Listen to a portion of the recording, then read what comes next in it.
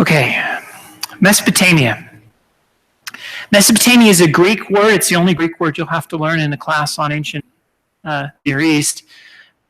It means between the two rivers. This region here that encompasses Syria up into Anatolia, Turkey, regions that have been in the news recently. We have all sorts of conflicts happening there, so they've been important to us politically. But that's the meaning of the term Mesopotamia. It's usually used to refer to the region in ancient times, less often in modern times. But like I said, it straddles several modern nations. Mesopotamia is the home to some of the earliest civilizations, Egypt being the other one. These two places created writing before any other group. Egyptians tended to carve on stone walls because they had soft sandstone they could carve into with granite and things later, but they learned to carve in stone very quickly. And they also wrote on papyrus that they had developed from reeds that grew in the river of the Nile. And on the other hand, tended to have a lot of clay. And so what they would do for their writing is they would make clay tablets.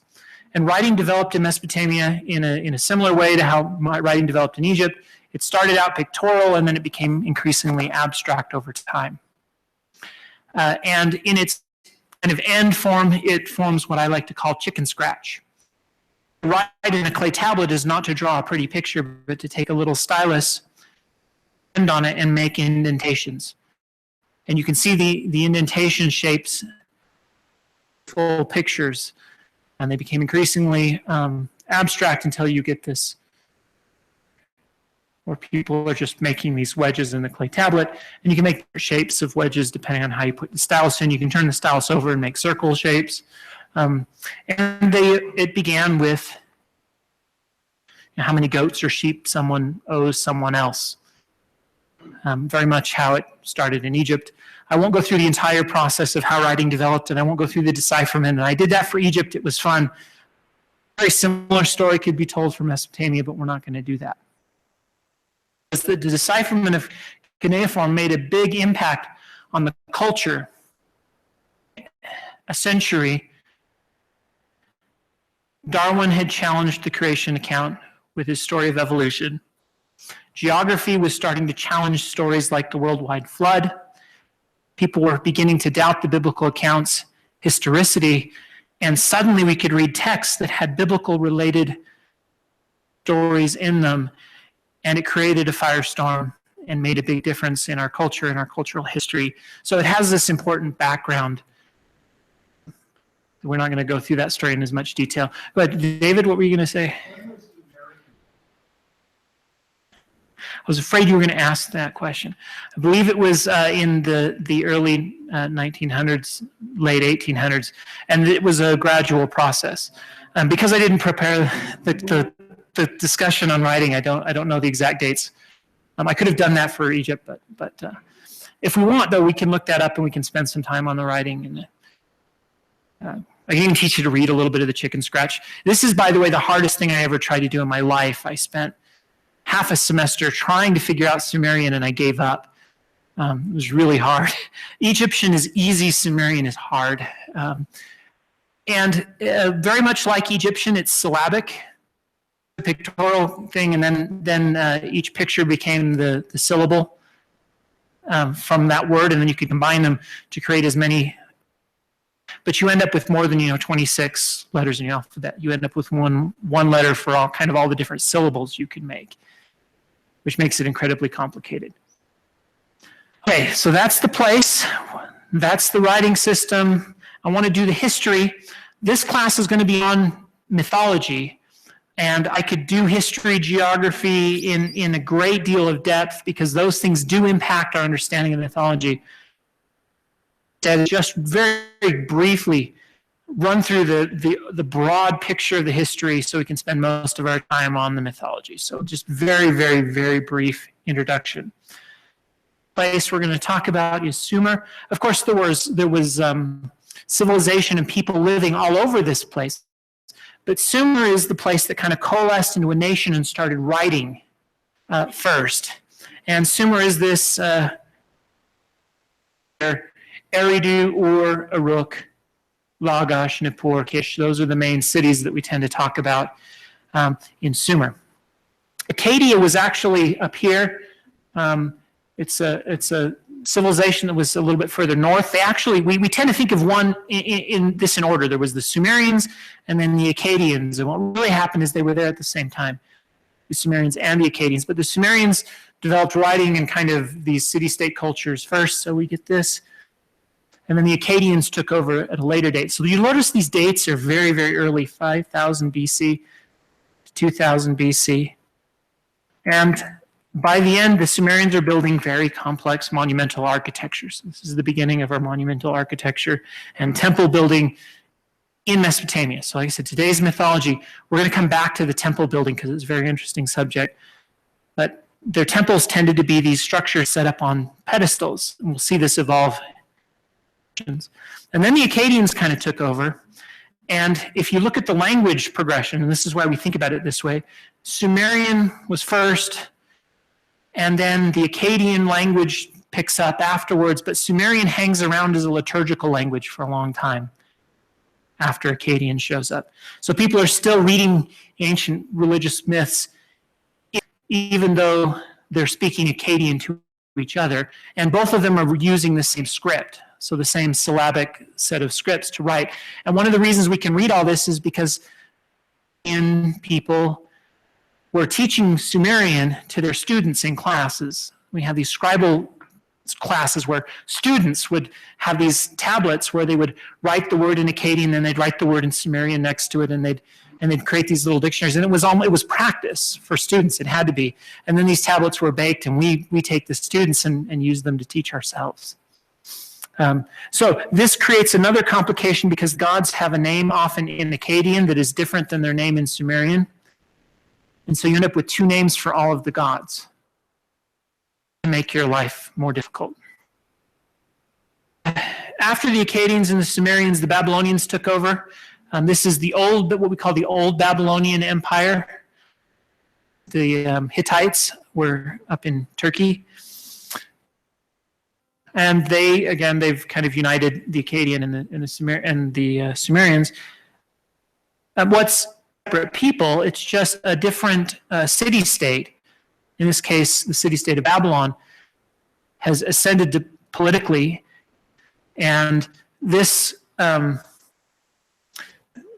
conquest happens very rapidly, and it doesn't last. But the cultural influence lasts for hundreds of years. And so even though the political unity falls apart quickly, there's a cultural unity that creates what we call Old Babylonian Kingdom for these several hundred years. This is when we get the Law Code of Hammurabi, which, again, today is mythology, but I would love to spend a class on Mesopotamian law. It's supposed to be a comparative religion class, and you'd think law wouldn't be related until you read the Old Testament, and the Old Testament is all about law.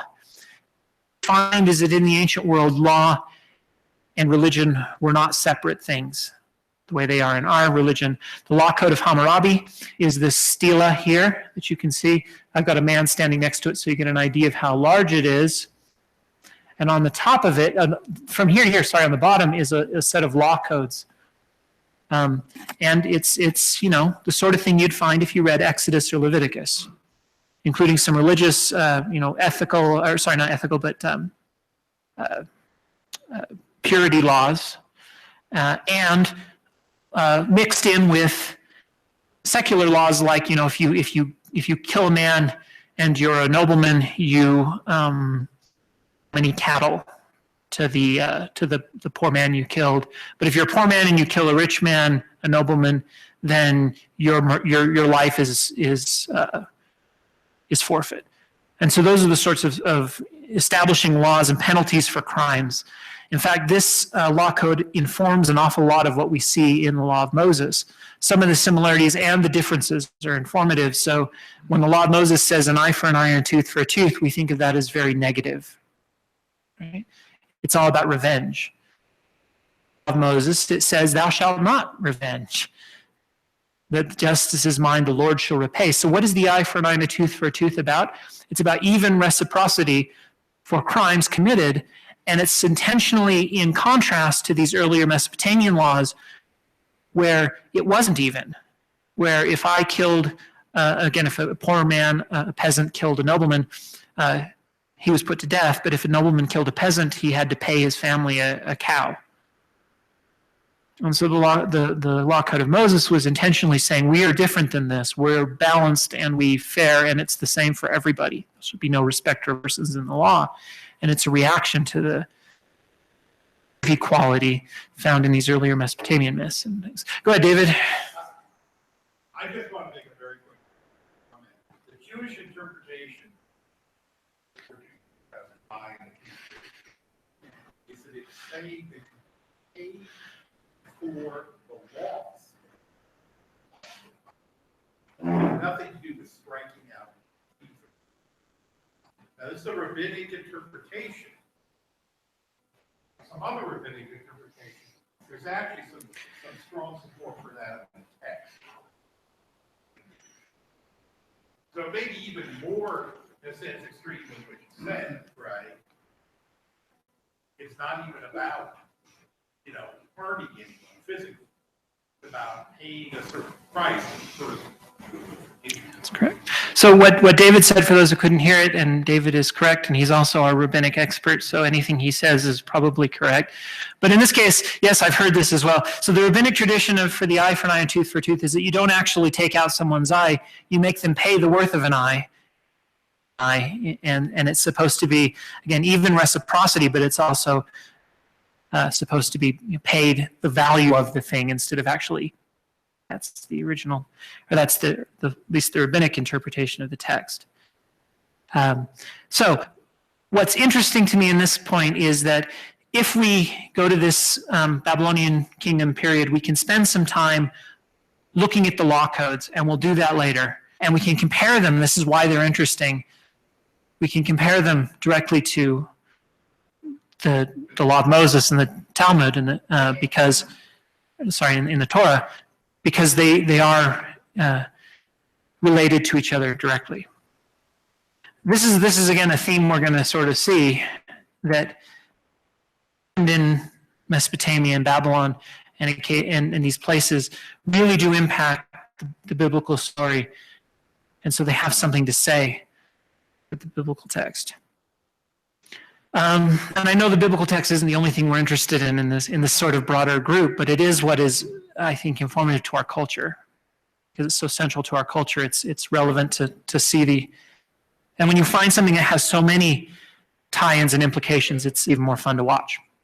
The thing that happened is, again, the same sort of thing, a temple on top of a raised platform, but they started putting one platform on top of the other, which created the ziggurats. And they're sort of artificial mountains so that you can put the temple on top of an artificial mountain. And we are almost positive that this is the origin, or at least the influence behind the Tower of Babel story that shows up in the biblical text. Babylonian ziggurats that they would build, these artificial mountains to put their temple on top of so that the gods can be in the heavens. It's to elevate the gods to the heavens, or the home of the gods to the heavens, which again is related to this story. All right, so the Babylonian Empire falls apart, and the one that's most important to us will be the Assyrian Empire. This is here. Assyria is up here. There's the Kassites down here, but we're going to mostly think about Assyria. And Babylon remains as a city-state. Babylonian Empire, or the Assyrian Empire, grows and shrinks, and at some point it's actually down here in control of Babylon, and it actually takes control of Jerusalem and Samaria, and it even makes it down into Egypt and Mesopotamian Thebes. And so this is the background of the Isaiah stories, if you read them. The Assyrian expansion is they destroy the kingdom of Israel and the lost 10 tribes in the north. They besiege the city of Judah in the south, and the Bible spins the story as if they won. That's an interesting, debatable position. but they ended up a vassal of Assyria for a while afterwards, and Assyria moved all the way down into Egypt. And of course, they've now covered Babylon. Babylon, because of the old Babylonian period, they looked to that as their, I don't know, what's the right word, their golden age. And so they always kind of gave some extra privileges to the people of Babylon. And eventually the people from the city of Babylon rebel and create what is called the New Babylonian Empire. And they expand clear up into Jerusalem. And this time they destroy the temple in Jerusalem. And this is the background of the stories in Jeremiah, when the temple is destroyed in Lamentations, and the people are taken captive back to Babylon. And that is, of course, the background of the story of Daniel and Esther and these other stories. In fact, and then the Talmud will be written, the Babylonian Talmud will be written while they're in exile in Babylon, which I believe further connects, at a much later date, I should have said, but this sort of Babylonian influence, because the Jews never leave Babylon after they're taken there completely. Influence, I think, is part of the reason we see such a strong influence between the Mesopotamian texts. Now, there's trading going on. These places are all interconnected, but the exile, especially, culture to have a strong imprint. Text. Again, the Babylonian Empire tries, I believe, to take Egypt and fails, unlike the Assyrians. And then Cyrus, the Persian, conquers the Babylonian Empire and extends his empire much further down into Egypt again. And this is the background of the story where Cyrus chooses to let the Jews go back, and they return to Jerusalem, rebuild the temple. And there's several of the texts in the Bible. Was it not Nahum? Nehemiah and the scribe. What's his name? Ezra. Thank you. Oh man, it's really been a long time. Ezra and Nehemiah.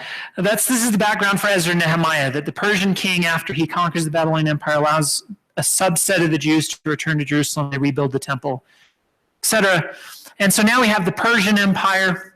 And again, each of these groups have a different culture and a different religious tradition. So the Persians actually have a slight divergence from the earlier Mesopotamian religion. This is when we start to see Zoroastrian appear. We finish with early Mesopotamian religion. We may have a class on Zoroastrianism because I don't know nearly as much about Zoroastrianism as I'd like to, and it's a chance for me to learn it. So. And then, of course, we get Alexander the Great, everything he sees. And after death, his empire is broken into three pieces. The Ptolemies take Egypt, and the Seleucids take the east, Mesopotamia.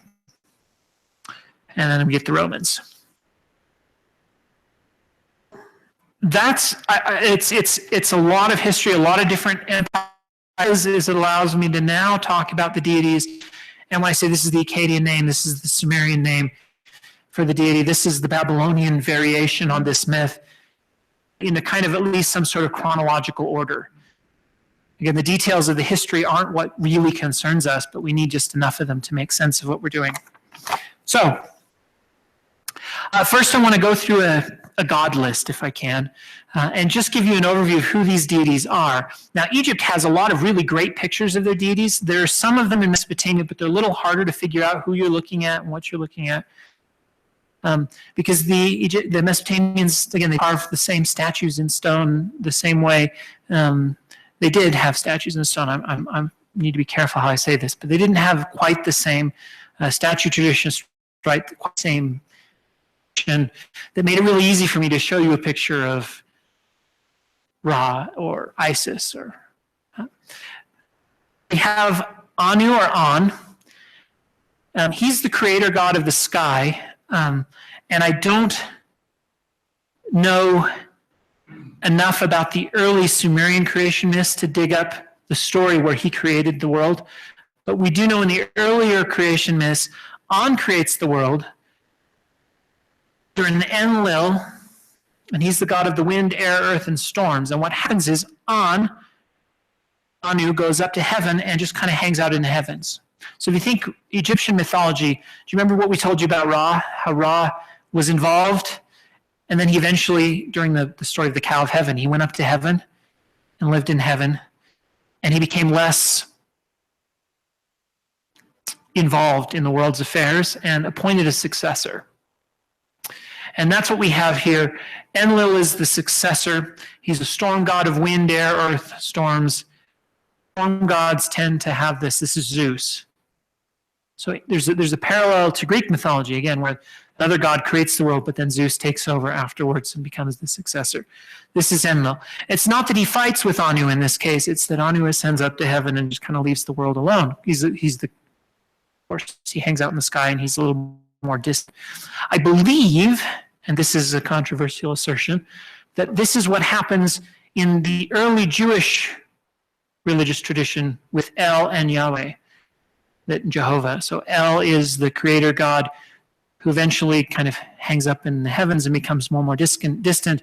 Jehovah is a storm kind of mountain god who takes over, becomes king of the gods. And then the earliest traditions, Jehovah is the supreme god among other gods, which later morphs into a pure monotheism, and then they have to merge El and Jehovah into a single deity in order to create a monotheistic tradition out of earlier traditions that were not monotheistic.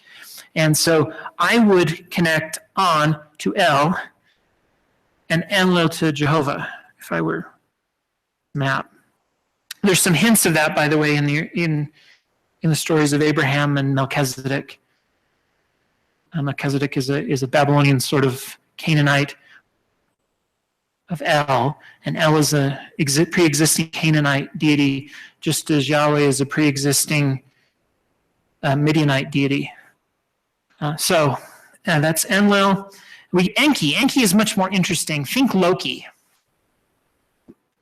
except he's a little bit nicer, and sometimes he does horrible things. In fact, he's connected with the scrambling of man's languages, Babel story. But in this case, Enki just plays a trick on mankind and scrambles their languages.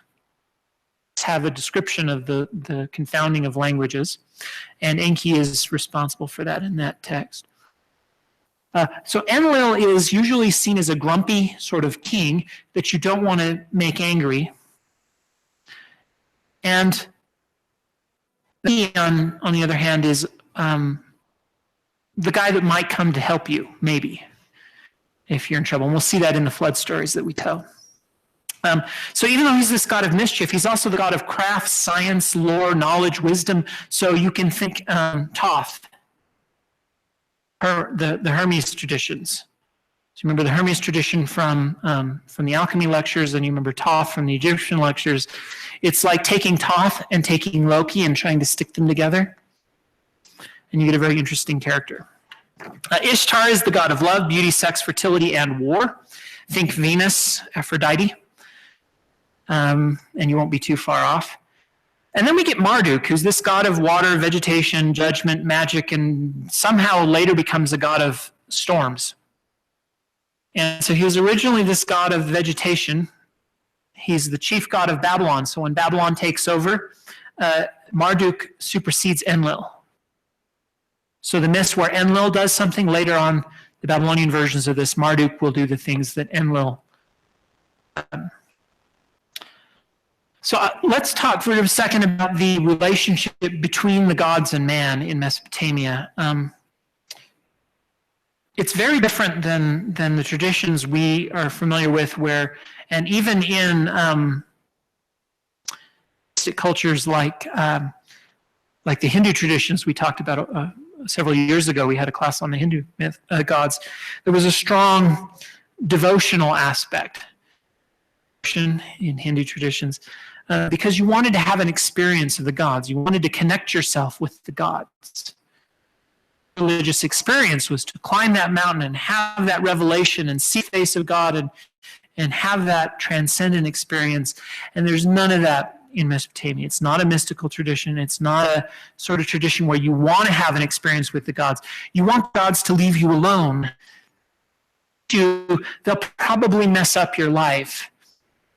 The Mesopotamians thought of the world and their religion, and it was probably related to their experience of life, as being very dangerous. They lived in a world trying to kill them. And if the world wasn't trying to kill them and nature wasn't trying to kill them, the king down the road was trying to kill them. And kings could be capricious, and kings could punish you for a crime you didn't commit, and so could the gods. Would often punish people for crimes they didn't commit. They were not perfect, and they would hurt people, and they would cause problems for people's lives. There are stories very much related to Job where God comes down and punishes somebody who deserved no punishment. We'll twist that story to try to give God some ethical purpose behind it all, and God knows better than you, Job. That's the moral, right? And in the Mesopotamian stories, it's no, gods will just screw with you. So sorry, even if you didn't do anything wrong, because maybe they'll start leaving you alone. And so you would ask the gods for the things you wanted and needed. Of nature, they were personifications of the world around you, and it was an attempt to a world that was trying to destroy you, so that maybe it'll leave you alone for a little while longer. And they didn't really try to have these mystical relationships with their deities.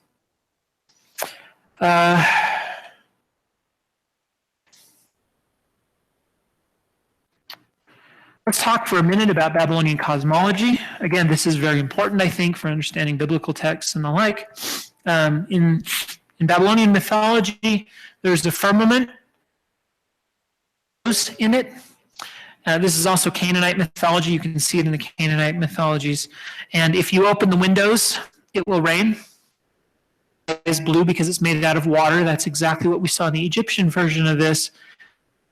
So it's very much like the Egyptian version. There's the earth, which is this flat thing with mountains on either side and an ocean. And the pillars of the earth underneath, and the underworld where the dead live. And fountains that break up from the underworld, and that's where you get wells and springs. And the sun and the stars move through the firmament with the waters above and the waters beneath. I believe this picture doesn't quite emphasize it this way, but I would characterize this as a placenta floating in amniotic fluid, seeing the world in almost a biological sense, being born out of the chaos around it. It's very much what we see in Genesis chapter 1.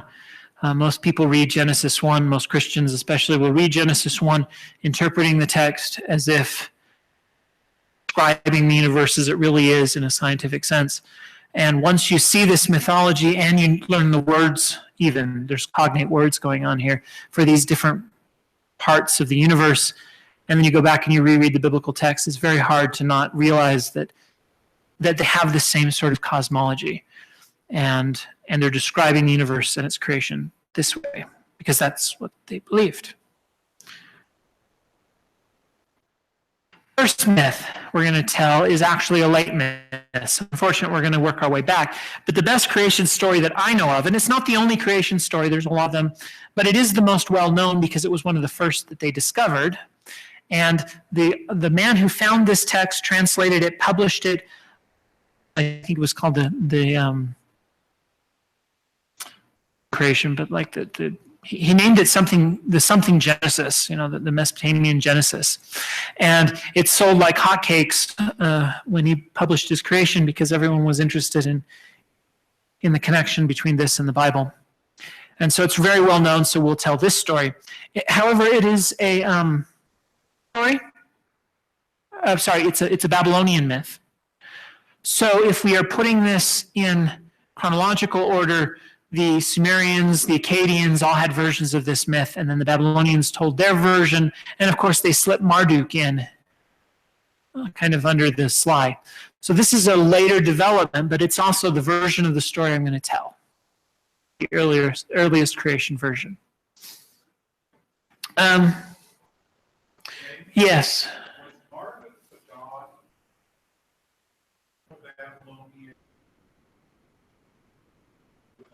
I don't know. That's a good question. I know he's the second of the two. But so the question was, is Marduk the god of the old Babylonian Empire and the Neo-Babylonian Empire both? And I know he's the patron deity of the Neo-Babylonian Empire. I don't know about the old Babylonian Empire. Interestingly enough, the Law Code of Hammurabi, which is the old Babylonian Empire, shows him receiving the law and the right to rule and reign, the crook in the ring, from Shamash, the god of the sun. I don't know if that actually means anything in terms of your question. I know that Marduk is the patron deity of Babylon, so I would assume he was always the patron deity of Babylon. It takes a while for him to supersede Enlil, though. And so I don't know what the timing on that either. So this story is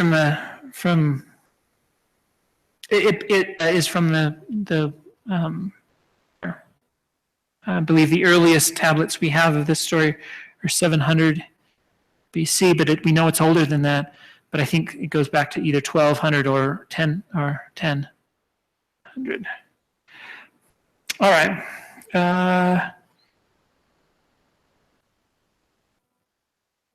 Let's see.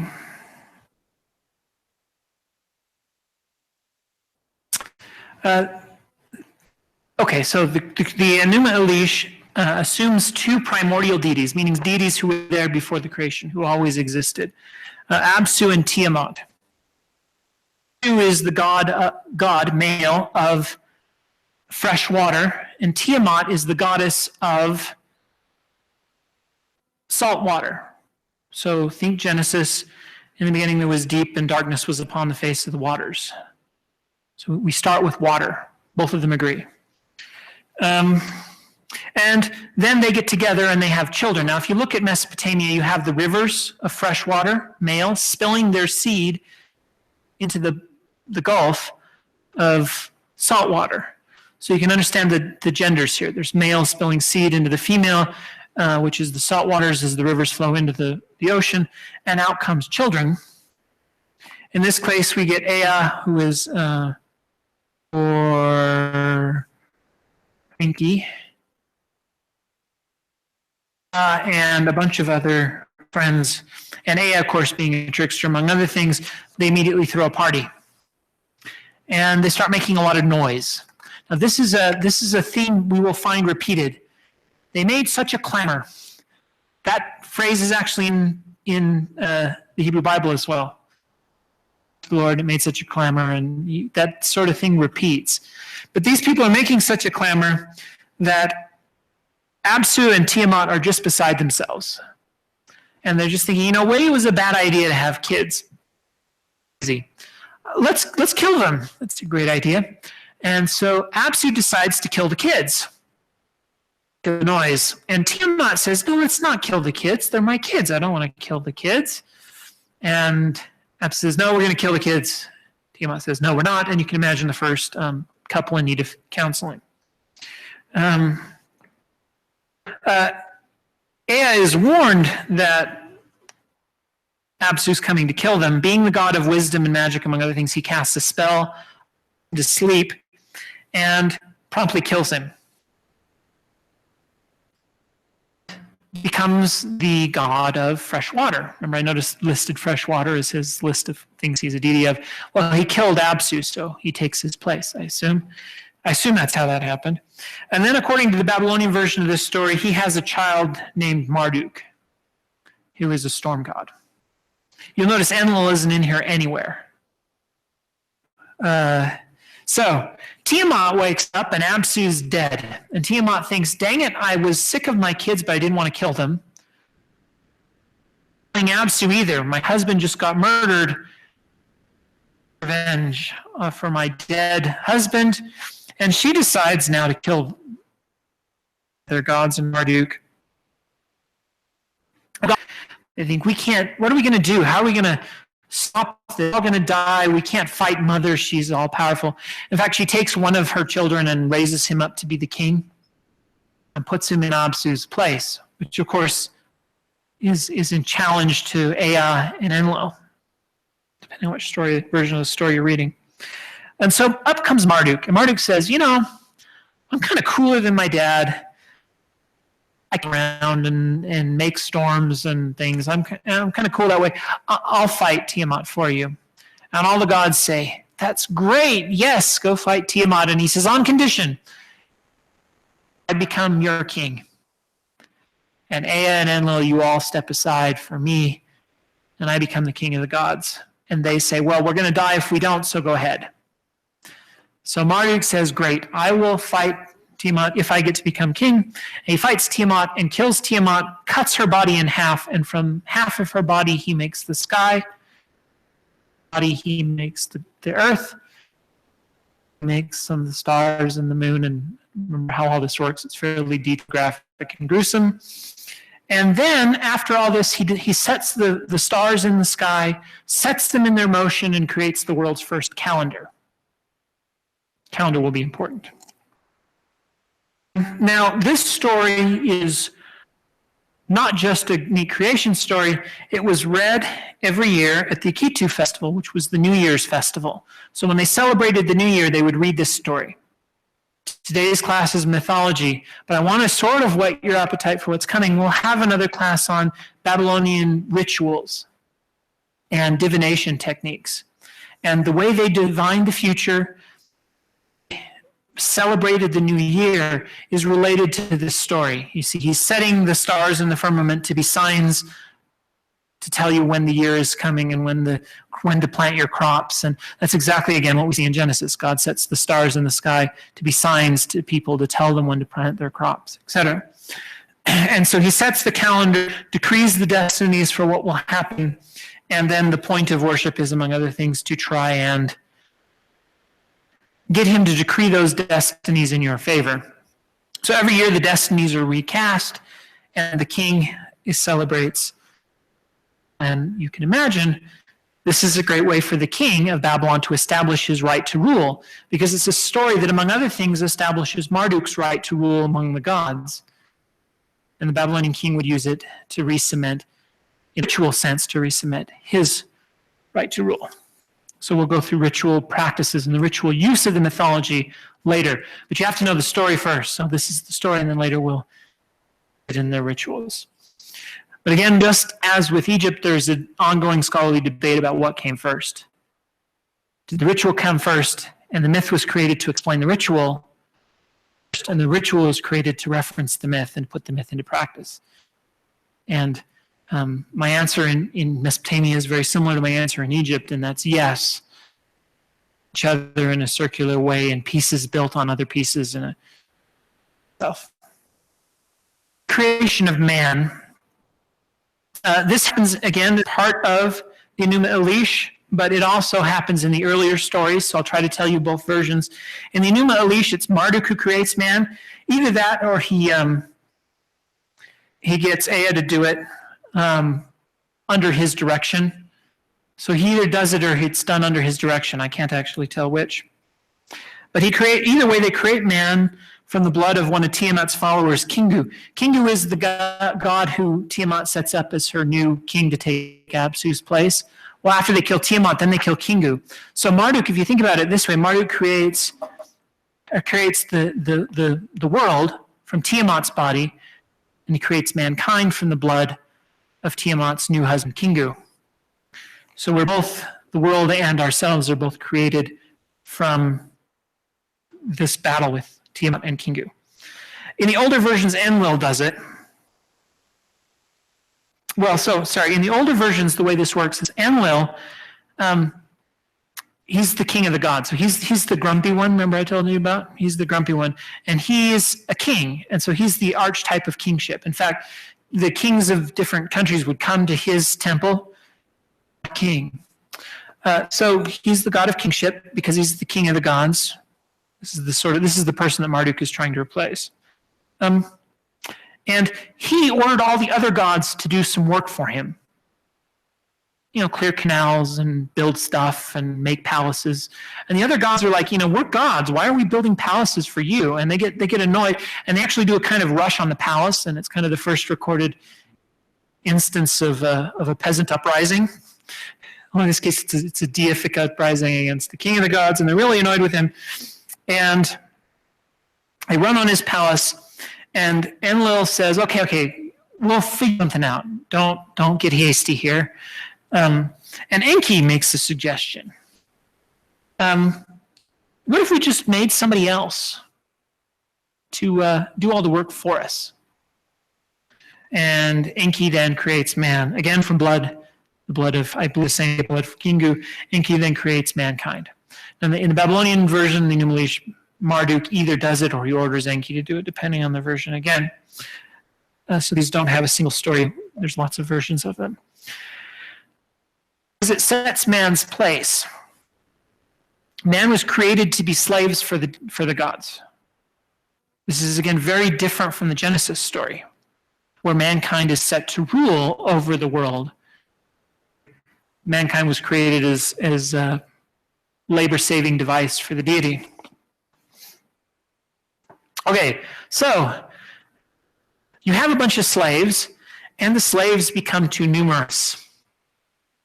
And they begin to make a racket.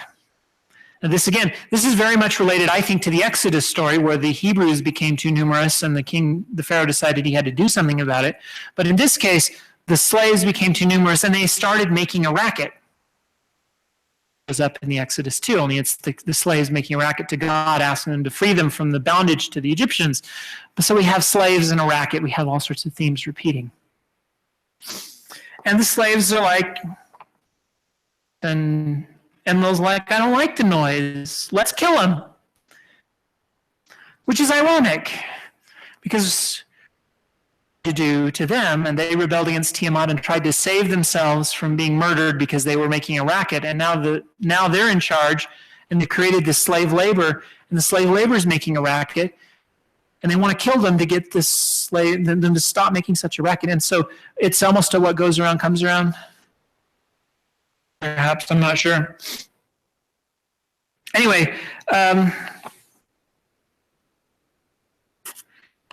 Enlil's annoyed by our babble, so he sends a plague first. Now this is, again, I think related to the Exodus story.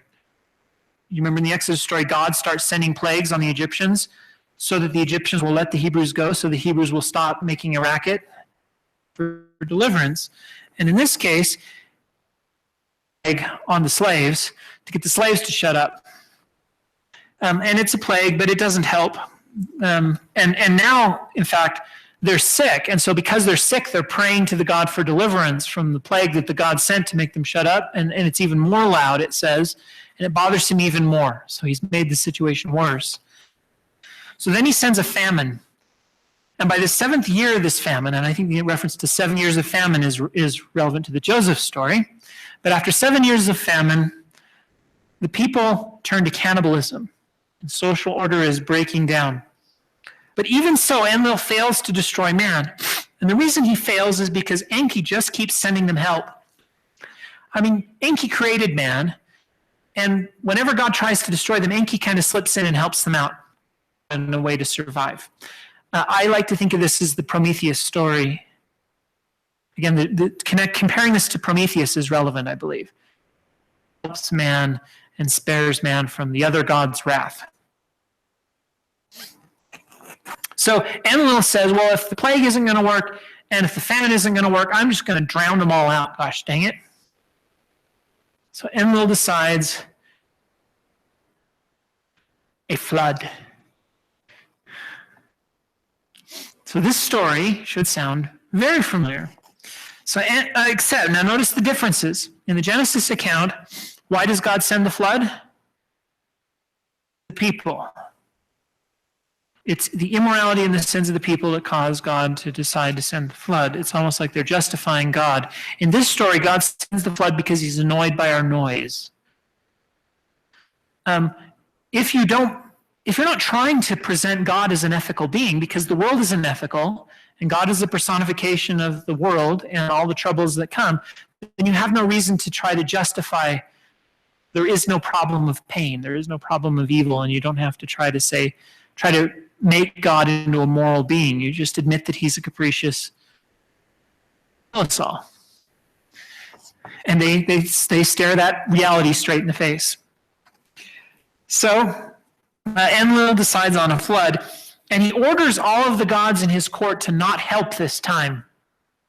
Stop helping them. Because I want to really kill them this time. And Enki comes down, and he finds a guy named Utnapishtim in the later Gilgamesh epic. There's actually 4 or 5 different versions of this guy's name, so we don't have to confuse ourselves with variations.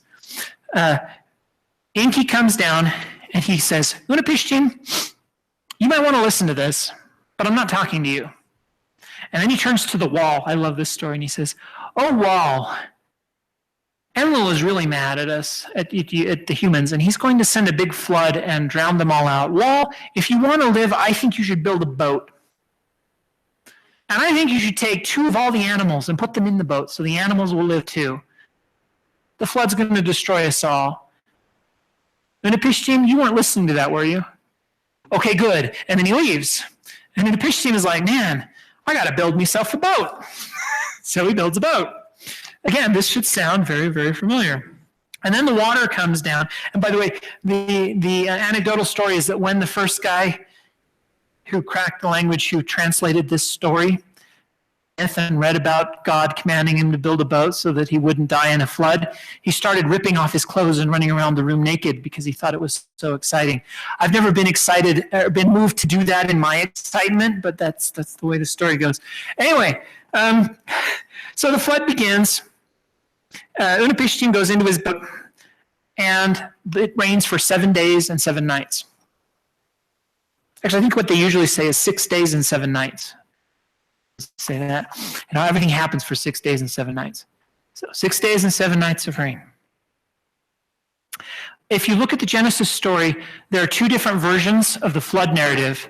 One written by J, one written by E, is the way the scholars kind of pry them apart. And they've just been put next to each other. The texts have been split apart and just kind of laid next to each other. And if you pry them back apart, you'll find that one of the versions says it rains for 7 days, the other version says it rains for 40 days. And they've been split apart and put together almost in a way that almost kind of makes it make sense that, it rained for 40 days and then they did something and then it rained for the rest of it rained for 7 days and then they did something and then it rained for the rest of the 40 or something. Stories, one claims it rained for 7 days, one claims it rained for 40. And if you pry them apart into 2 different accounts, it makes so much more sense. And I'm sure somebody who's done that for you, and you can read the 2 different accounts. But one of the accounts has it raining for 7 days, and that's exactly, again, what we just version of the stories. It rains for 7 days, days.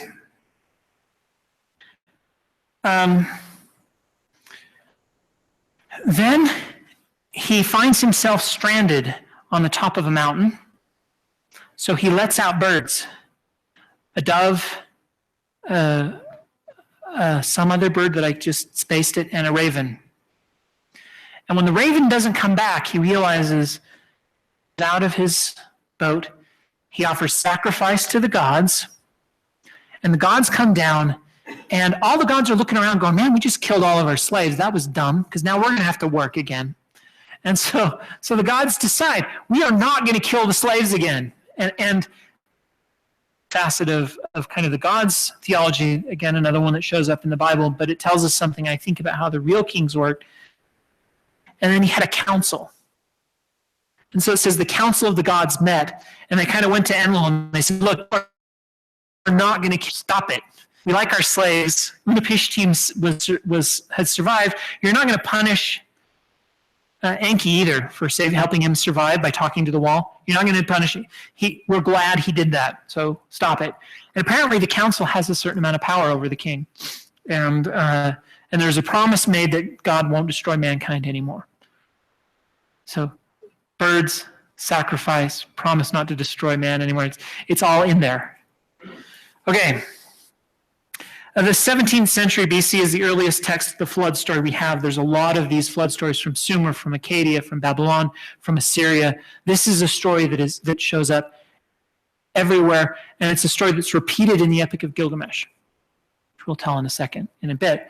But it's got other sources beyond the Epic of Gilgamesh. This story is everywhere in Mesopotamian mythology.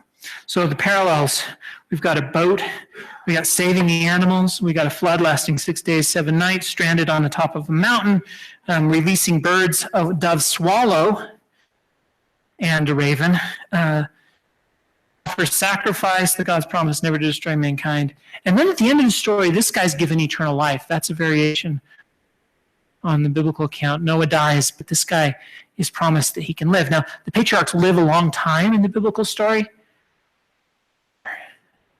God gives him eternal life, and he becomes this kind of demigod figure after saving mankind. That's Utnapishtim. Okay. One more myth. Oh, no, 2 more myths. We're going to do the Epic of Gilgamesh, and we're going to do Ishtar's descent. The Epic of Gilgamesh, though, is the long one, so let's tell this story. This is a really fun story, and it illustrates the Mesopotamian approach to the stories of heroes and kind of semi-divine beings. This is the sort of thing we see in Greek mythology with Hercules, Greek and Roman mythology. Half god, half man. People who do these amazing feats. Well, these are the amazing feats of the Babylonian hero Gilgamesh. Gilgamesh story begins in a place called Ero. Gilgamesh is beautiful. He is strong. He is athletic. He runs to and fro. He has athletic competitions with everyone he meets, which he loves because he always wins. Better yet, he demands conjugal first night rights for every woman who is married in the town. So while she's still a virgin, he has sex with her. Presumably, because he's famous, she just lets him. And of course, the people actually don't think this is very good, so they pray for relief from their horrible ruler. God, save us from this man. He's just horrific. And they pray to Anu. This is the distant god of the heavens who rarely takes an interest in mankind's dealings. But in this case, Anu takes an interest in the people and says, Gilgamesh is such a bad king with his orange hair and all the rest, that about him, and especially about the way he assaults all these women. So they order a companion made for him. In this case, his name is Enkidu. And they make him from clay, which again is I believe, you can see biblical parallels to the creation of Adam and Eve. Ground. And Enkidu is the opposite of Gilgamesh. Gilgamesh is the city slicker, sporty city slicker. Enkidu is a wild man. He lives out in the wilderness. He's a friend of the wild animals. He drinks water and he eats grass. Now, drinking water was actually fairly dangerous in the ancient world. You don't drink water. Disease. You drink beer. Killed the bugs. If you didn't drink beer, which by the way means that everyone was probably on a low-level drunk in the ancient world, but that prevented them from dying of dysentery. But this guy drinks water and eats grass like the ox, which is crazy. That's just not what you do. Worse, he goes around and he lets all the animals loose from the farmer's traps. And one farmer in particular is annoyed at all this releasing of animals, and he sees Enkidu like a wild man drinking water at the lake, and he says, this is the guy that's been releasing animals from my traps. I got an idea. And he goes and he finds the prostitute, the local town prostitute. Her name is Shamhat. She's one of the only female characters in this story. She goes and takes care of Enkidu. She tells him all about civilization, and this is related, I think, to the fall in Genesis, because after 6 days and 7 nights of wild sex, drink beer, to eat bread, and to be a civilized mankind. And she tells him all about city life, and the wild man becomes a civilized man through the ministrations of a woman. But she also tells him about Gilgamesh, this evil dude who's doing all these horrible things back in the city of Gilgamesh. He's a bad king.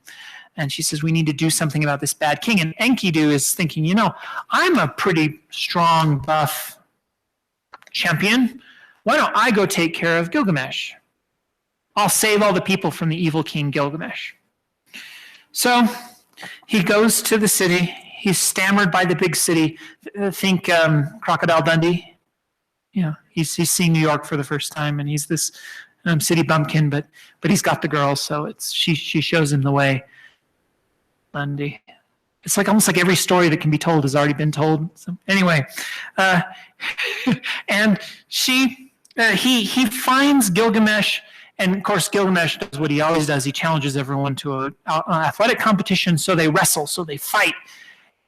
And for the first time, Gilgamesh doesn't just beat this guy. He's got a guy and he's so enthused by having an equal to fight, and they fight in the doorway, and they fight in the public square. By the way, those are transitional places. This is the threshold moment of myth. In fact, you can think of this as the first buddy cop movie, because these sworn enemies, immediately after realizing they can't beat each other, become lifelong buddy friends. Go off and slay monsters together. Since we're both so powerful, we'll go off and we'll slay monsters together. And what's happening is Gilgamesh, who is the city slicker, civilized. He's actually the uncivilized one in how he behaves and how he doesn't fulfill his duty. And the wild man is coming to the city, to the civilization, and teaching him real civility. And now they're going to go off and have adventures together, and this will forge Gilgamesh into the man he's supposed to be. So the story is a story of transformation, and it's Gilgamesh's transformation. This idea that they become friends hopefully teaches us that the city can't live without the rural town, and the rural town can't live without the city. And apparently our nation isn't the first one to have divisions between and confrontation between the rural and the city life. And part of the story is to tell you that reconciled to have a working civilization. The other thing to do with this story is compare it to Jacob and Esau, the wild man and the smooth-skinned man who fight and wrestle from birth, who meet each other, and in the last embrace. And that's how that story of reconciliation ends. So this may be a precursor to the Jacob and Esau story. All right. So they go off and they find this guy named Humbaba. And he has been commanded by the gods to guard a bunch of cedar trees. And Gilgamesh is like, those cedar trees are kind of cool. I could use them to make the door to the temple. And the gods will be really happy with me because I'm making the door to the temple. We got to kill him. Problem is the gods are the ones who commanded this guy to guard the cedar trees, and they aren't thinking and they didn't ask. So they go and they kill Humbaba. And on their way back from killing Humbaba, Ishtar notices that Gilgamesh is just really hot stuff. Now, Ishtar has the tendency of landing her lovers in hot water, and Gilgamesh knows this. And so Ishtar proposes to Gilgamesh, and Gilgamesh is like, I'm not stupid. I ain't doing that. You're beautiful, you're a goddess, but no. Her down. And she is the only other, well, there's three female characters in the story. She's the second. The first is the prostitute. This is the woman scorned, and she plays the woman scorned very well. She's mad. She's mad as heck. He comes up to the god and says, I'm going to kill Gilgamesh because he turned me down. Let's send the bull of heaven down there and he'll ravish the world. And so if you remember the Egyptian story of the bull of heaven, there's the bull that is sent in the Egyptian version of the story where the gods try to destroy mankind with the bull of heaven. In this case, the cow of heaven, I guess, is the Egyptian version. In this case, the bull of heaven comes down, and Gilgamesh and Enkidu together, buddy cops they always were meant to be, and they slay the bull of heaven. Nothing can take these men out. They're indestructible together. And the gods say, council, and they say, they've killed now two divine beings, and they aren't paying attention to what they're supposed to do. We need to judge them, and the judgment from the god comes down in some animal they can fight, but just in a judgment of fate, they'll die. And of course, so that we can have a good story, the one who dies is Enkidu, and he gets sick. And he dies of sickness. And before he dies of sickness, he bemoans his fate. He curses the prostitute. He curses the farmer. He curses civilized. He curses the day he ever met Gilgamesh that got him into all this trouble. And then he has a dream, and he realizes he's being foolish. If he hadn't had this experience, he wouldn't have really lived. And he tells Gilgamesh, I'm embracing my death. It's okay. People die. Death is okay. Go off and have a great life too. And he dies. And says, dang, I'm going to die. And he has a midlife crisis mixed with an existential crisis. And instead of doing as Enkidu did and embracing the fact of his own mortality, he decides he's going to fight against mortality, and he wants to acquire immortality. And he wanders off and he goes on a grand quest, and there's all sorts of adventures and stories until he comes to a body of water, a large body of water. From the Greek tradition, but that's also the ferryman from the Book of the Dead from Egypt. Being traveled across the water, he meets Utnapishtim, who tells him the story of the flood and tells him all about everything that happened to him. Was warned by the gods and was saved and was granted immortality for saving mankind. And Gilgamesh is like, yeah, that's what I want, right? I want the immortality. And he says, I'm not going to get it. It's not for man. I mean, I'm the exception. You're not going to find this. You should accept your fate. Character who I shouldn't have skipped. The waters, he meets a bartender who is our third woman in the story, who tells him, you should accept your fate. And she tries to convince him to accept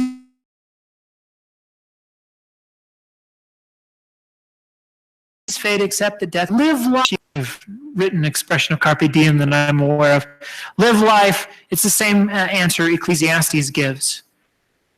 An existential crisis. Love your wife. Raise your children fullest. And stop worrying about death because you can't beat it. This is, again, the Buddhist answer, which is at some point we have to accept things. When we accept them and stop fighting against the inevitable, we can go off and enjoy what we have instead of worrying about what we can't change. Gilgamesh doesn't follow her advice. He talks to Utnapishtim. Utnapishtim gives the same advice. And then Utnapishtim tells him, well, if you want eternal life after your long journey, you have to stay awake. And I don't remember how long. You have to stay awake for a certain number of days without sleeping. He falls asleep because he's been on this long journey. And he can't stay awake, and he wakes up and he realizes he's failed the test. It implies to me that the test isn't real. The test was just to try to show him he should accept it. And now, one of the versions of the story that I remember, but I haven't been able to find it, I need to go dig it up because this is the way I remember the story with the Greek version of the Golden Fleece. But the way I remember the story that he was given a plant of immortality, and if he eats it, he can live forever. This is the fruit of the tree of life from Genesis. He gets on the boat, and he starts sailing back, and a serpent slips into the boat, takes the plant, and dives into the bottom of the ocean, and he loses it.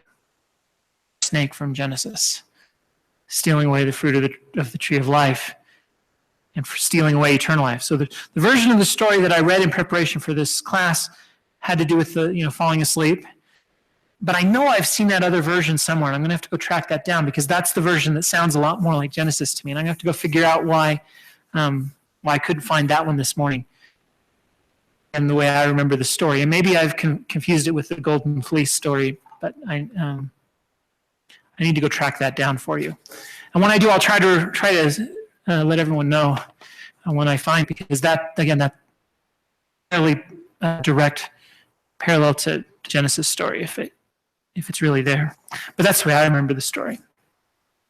Anyway, he heads back to his home, and he arrives back at his city, and he sees the walls of his city, and he realizes something. He says, those walls are going to last longer than I am.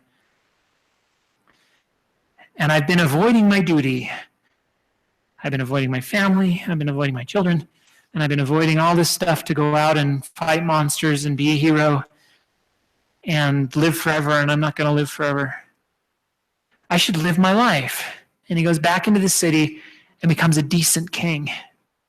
Woman, and he gives justice to his people, and he defends them in times of war and battle, and he uses his strength rather than terrorizing people in athletic contests to fight the enemies and protect the city, and he becomes one of the greatest kings of all time because of this journey he went on that guided him on an existential crisis that landed him on the other side of his existential crisis. So, this story has had a lot of modern adaptations. There's even a Star Trek episode based on it from The Next Generation. If you haven't seen that, go find it. That one's fun. It's Picard and Dayton. I don't remember what the episode name is. So there's all sorts of lessons we can learn about the society, about the culture, they thought about the purpose of life. And if life is going to end, then why does it have meaning? And does it have meaning? And what do you do in the face of tragedy and death? And what does it mean to be a good ruler? There's all sorts of very interesting questions buried in this story. And these people apparently thought very deeply about the same questions we do. And it's interesting to watch someone grapple with those questions in a very old story. You can almost think of this, I think, as the world's first novel, the world's first myth. And this is one of the earliest myths we have. Just like I said, the pyramid text is the oldest big religious corpus of text that we have. This is the oldest myth that we have good records of. I'm going to do one more. This is Ishtar's descent into the Netherworld. I mentioned this myth briefly as part of sacred clothing, but now we get to tell this myth. It's much shorter than Gilgamesh in the context of mythology from Mesopotamia. So the way the story goes is Ishtar fell in love with a mortal man. Now that happens all the time. She's the Zeus of Mesopotamia. His name is Dumuzi. And he's a ruler and a king, very powerful, athletic king who's got a good body. She likes him. He's strong and he fights well. And she falls in love with him and actually marries the man. But they're one of the first couples to need Absu, and they're the second couple to need marriage therapy and counseling. And they fight. And essential abusive wife, because instead of talking it out, she banishes him to the underworld as a punishment. Banishing her husband to the underworld, she decides she misses him. Back. Turn. And so she goes in after him to the underworld after her lover Dumuzi. Of course, people don't return from the underworld. It has this beautiful descent into the underworld where she removes an item of clothing as she passes each door to the underworld. And as she passes each door, she removes an item of clothing until she finally reaches the end and she's naked. And then there she finds her lover. She drags him back with her. She re-robes, putting her clothing back on. Is relevant because it's related to several Greek myths like Persephone. Genders are reversed. So this is the Persephone story backwards with reversed genders. And it was, of course, applied to the same thing, and that is fertility. So when Dumuzi is in the Netherworld, the gods are sad because they miss him, and crops don't grow, and with the winter season, depending on where you're at, climactically. When he returns, they're all happy and the crops grow and it's time to plant and time to harvest and you have a fertile season. So this is the explanation of the seasons because this cycle repeats. Again, we'll go through rituals in a later date, but ritually speaking, this is related to a marriage ritual that the king performed. The king would have sacred marriage with the priestess of Ishtar. Priestess, just like Ishtar had married this mortal human. And this marriage between the priestess and the king would supposed to fertility for the land every year.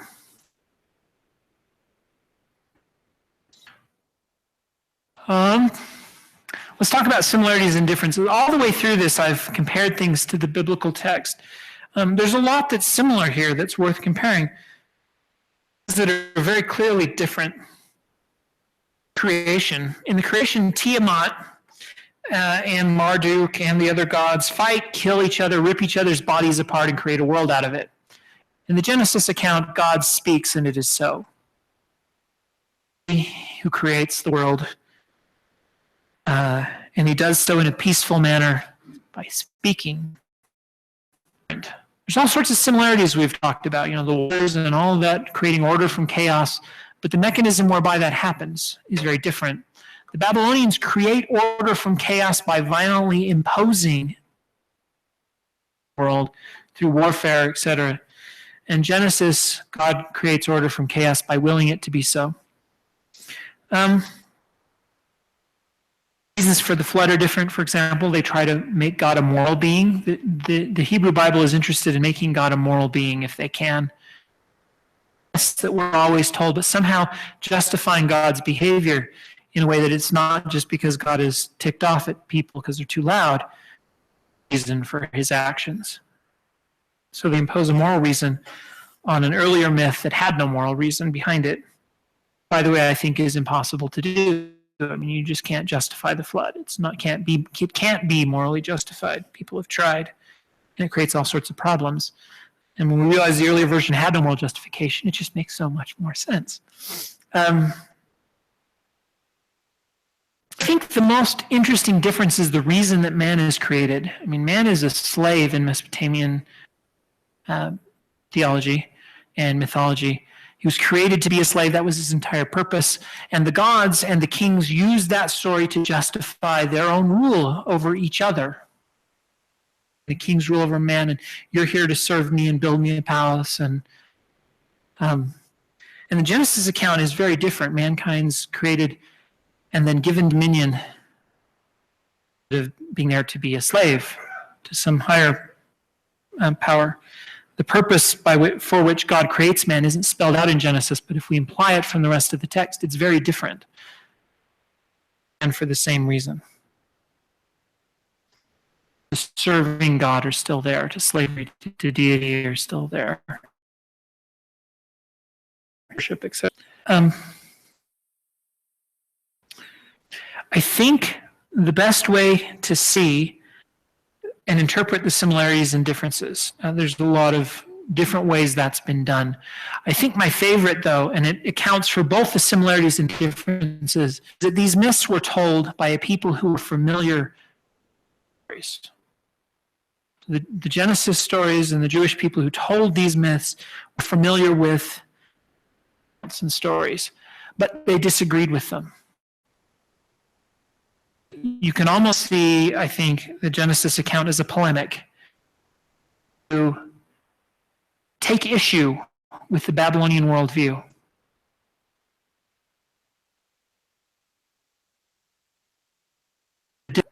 We're telling stories like your stories, but this is different. And the way we view the world and the place of mankind and the purpose of deity and all these things, we see them very differently. And by telling your stories back at you with a slight twist, we find a really great way to illustrate the different worldview that we have and how our worldview differs from yours. And the difficulty we have with the biblical text is that for several thousand years we were reading it without knowing the stories that it was responding to. And now when we restore the original stories that the biblical text is responding to, I believe we put the biblical text back in its context. The message it was intended to deliver a little more clearly. And maybe even we can say we don't care about its historicity. It's not nearly as important the people were trying to send and say, do we agree? Ethical, moral, or whatever message who wrote the story. And I think that's a very informative way of viewing, even though this class was about something else. What it offers to us when we see this other thing is this new way of looking at our own tradition and seeing where it really came from. That's it.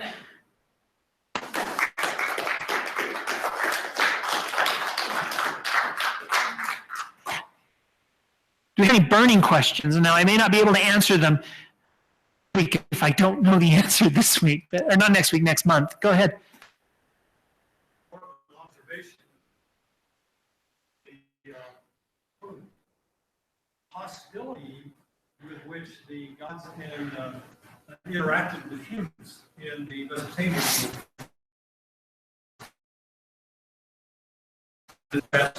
world.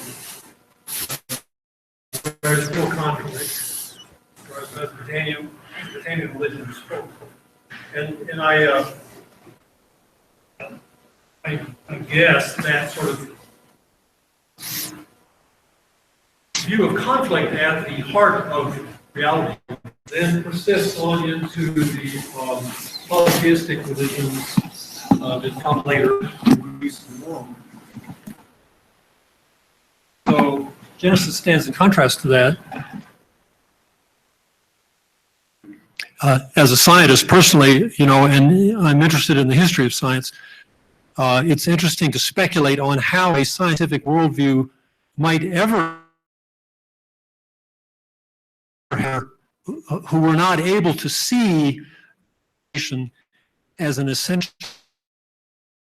lawful, or good object, if it was instead full of conflict and whimsical deities doing whatever they wanted, that to view the world scientifically or orderly or lawful would just be a really tough push. You see here at the very beginning, our very first myths, this dichotomy between a essentially free of conflict or a world filled with conflict on the other hand.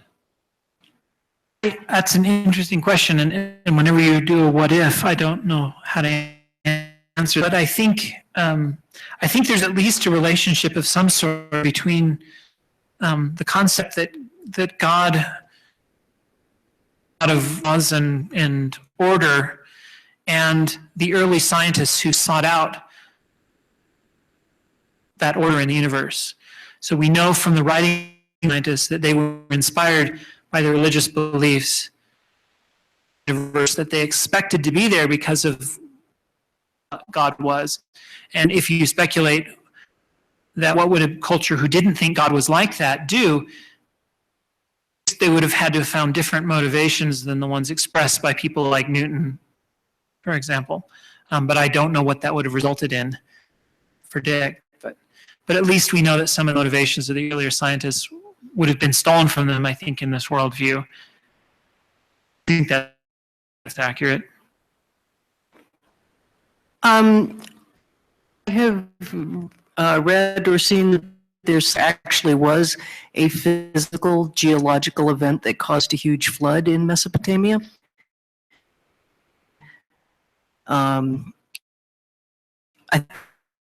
Apart, which might have caused this flood of stories about huge floods. That there was some sort of real event that then based mythologies around. I'm going to tell you my bias. I believe mythology is usually based in historical events to the point where you can no longer quite. We used to think Troy was a myth, and then we found it. And so there have been reasons to stories that we see everywhere in terms of an actual flooding event. And we found geological evidence for several, not just one, but several very large flooding events. There's everything from tsunamis to I think you were right, again, I didn't prepare it, but it's the Black Sea, I believe, that there was the Black Sea was below sea level, and a plug that was blocking it off from the sea eroded, and it flooded a few days. Issue is we also find flood narratives in America, among Native Americans, Australia, Polynesians, Japanese, Chinese. There are flood stories everywhere you look. So I think to explain them away as just the one Black Sea event is probably not enough, because we also have these, like I said, that doesn't explain the flood stories in America.